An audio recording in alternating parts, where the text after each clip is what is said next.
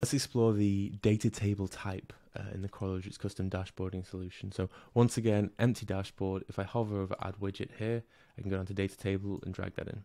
You see it's automatically populated in the logs view with a count, which actually is just a list of events that have happened recently.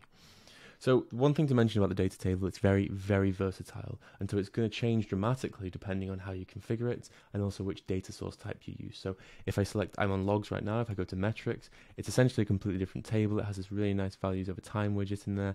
And it also shows different aggregations, last, min, max, average, and sum, as well as a particular job that drove this particular metric.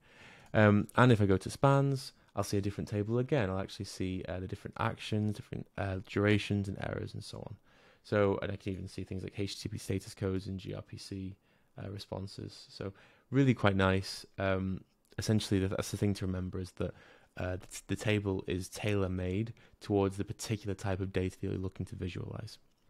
As with all widgets, again, you can set the name and the description. And you can also, if we switch to the log view, for example, you can also select, okay, I'm in event view right now, which is just a list of different events. I can actually switch to aggregation view. And what this will do is it'll create, by default, it'll create a count. I can then open this up and select a different kind of aggregation if I want. For example, if I hit add, I can select any of these from sum, min, max, and average. When you do select this, however, you're going to have to pick a field to max. So it's going to be the max of a particular field within the log. So just keep that in mind when you're looking to define this, this particular aggregation. Stick to the event view for now.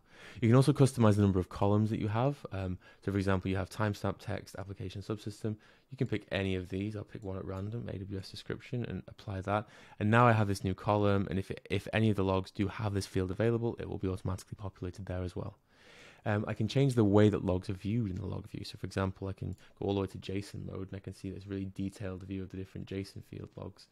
Or the different logs in a JSON view. However, most people get the most benefit out of either condensed, if they're not big logs, or one line, if they are big logs. And then you can see just a brief summary of what's going on in those logs.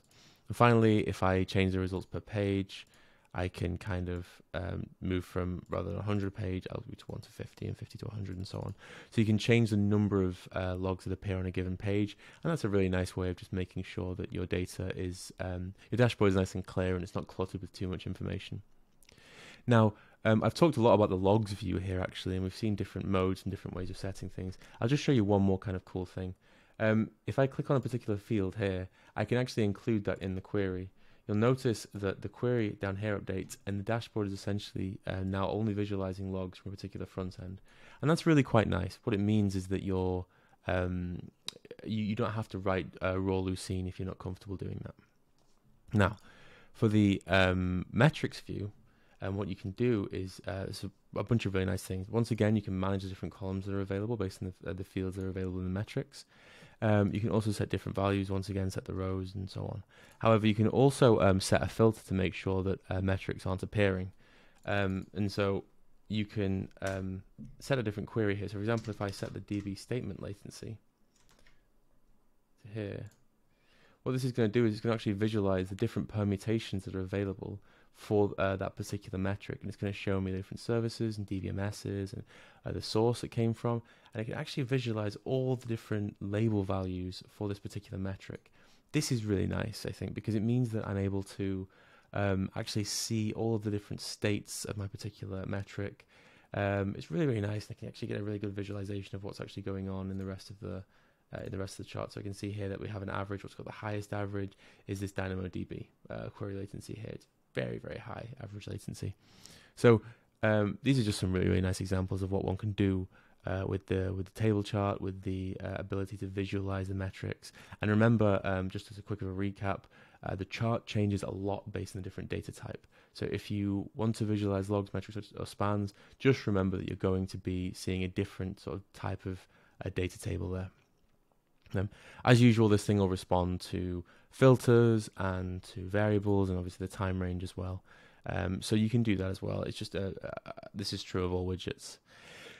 So yeah, that's just a quick run through of the data table from a logs perspective, a spans perspective, and a metrics perspective. We deep dive into logs and metrics. Spans is very similar to those two, so it's covered by the information that we've seen there.